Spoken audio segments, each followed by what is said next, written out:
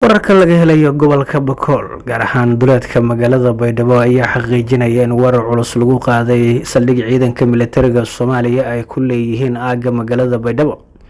kaas oo sababay khasaare isugu jirta dhimasho iyo dhaawac, isla markaana soo gaaray dhinacyada aaggaasi ku dagaalamay.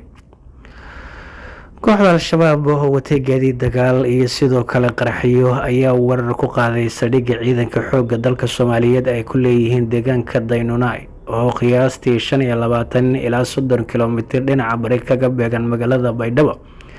ee gobolka Baay, halkaas oo ay labada dhinac ku dagaalameen ugu dambeyntii, isla markaana la xaqiijiyay inuu jiro khasaare dhimasho iyo dhaawac oo soo kala gaaray. Saraakiil ka tirsan ciidanka xoogga dalka Soomaaliyeed ayaa xaqiijiyay in weerarkan uu ahaa mid geystay khasaare culus, isla markaana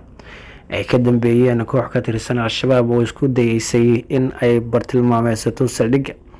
iyadoo weliba la xaqiijiyay in weerarkooda uu ku bilowday qaraxyo laga soo buuxshay gawaari, isla markaana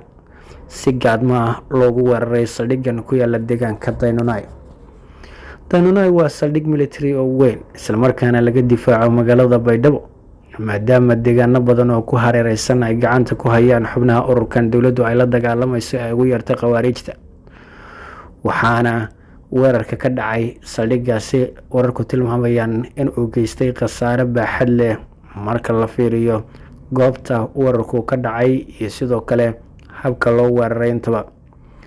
Taliska militariga Soomaaliya saraakiisha u hadashase waxa ay beeniyeen in uu jiro khasaare dhimasho iyo dhaawac oo soo gaaray ciidanka militariga ee ku sugnaa xerada Daynunai ee gobolka Baay ee koonfurta Soomaaliya, iyagoo weliba sheegay in ciidamadu ay fashiliyeen weerarkii lala damacsanaa saldhiggan. Sidan oo kale ayaa dhowr jeer waxaa weerar saldhiggan ku qaaday xubnaha kooxda Al-Shabaab, kuwaas oo mar gacanta kula dhigay isla markaana la wareegay gaadiid dagaal iyo sidoo kale agab militari oo yaalay, waxaana weeraro kala dambeeyay oo ay ka fuliyeen saldhiggaasi ay khasaare dhimasho iyo dhaawacba ku gaarsiiyeen ciidamada dowladda. Haddase saraakiisha militarigu waxa ay ku waramayaan in ay jirto feejignaan dheeraad oo la xiriirta in ay suurtagal tahay weeraro ismiidaamin iyo qaabab kale ku bilowda, isla markaana lagu qaado xeryaha militari iyo goobaha ay ciidamadu rondooyinka ka wadaan xilliyada shaqada, waxaana sheegeen taasi ay suurtagelinayso in la fashiliyo weeraro kala duwan oo qorsheysan iyo kuwa la soo qaaday.